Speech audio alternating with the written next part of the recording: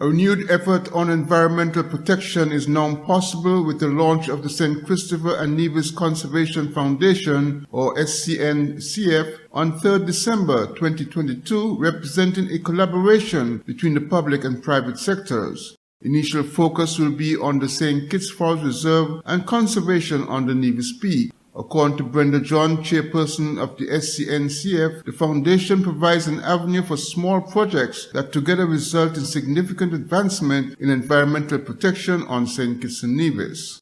It is the opinion of the SCNCF that an opportunity to collaborate on a meaningful project with small interventions by everyone could create the impact we all so desperately need.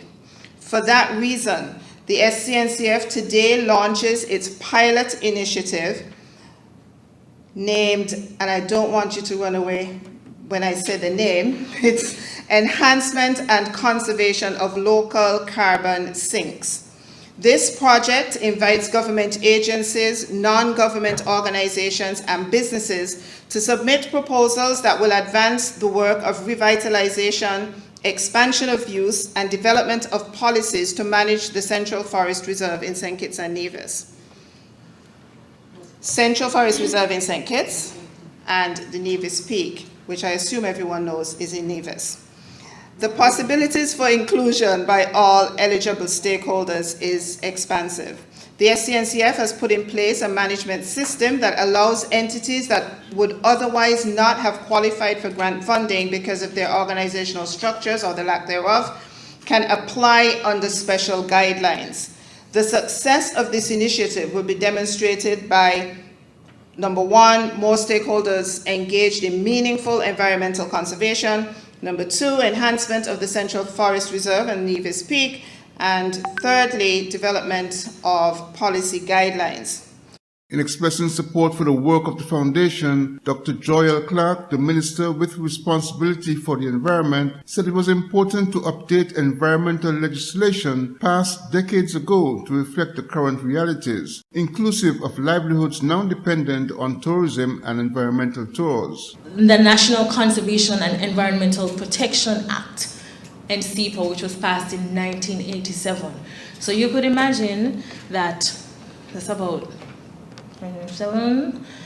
It's not relevant. It's not relevant now. So there's a lot of work that needs to be done to ensure we have a new bill that reflects what happens in St. Kitts and Nevis, what happens in the Central Forest Reserve, what happens on Nevis Peak, what happens in our oceans, what happens between St. Kitts and Nevis, right? Finally, I want to say that at every table, I have colleagues who I've worked with either at Keon High School. As Ms. Hughes said before, I was a minister when I was doing research as a PhD student and begging everybody, please can I have some data, or at Department of Agriculture, or at Constituency Empowerment. And we all recognize, and importantly, the UNESCO MAB, I've seen so many faces here, we have such a critical role to play. So these remarks, it's really a call to action. When we establish this fund today, when it's officially launched, there is a need to be very public, very social media oriented. This is St. Kitts and Nevis. Unfortunately, if it's not on social media, it's as if it didn't happen. It's so unfortunate, but it's the reality. We have to make a commitment to penetrating social media, which is already blocked up with every negativity, and infuse this positive action to protect our environment. As a developing small island state, conservation of the environment on St. Kitts and Nevis is a critical goal for sustaining economic and social development for future generations. Glenn Bart reporting for SKN Newsline.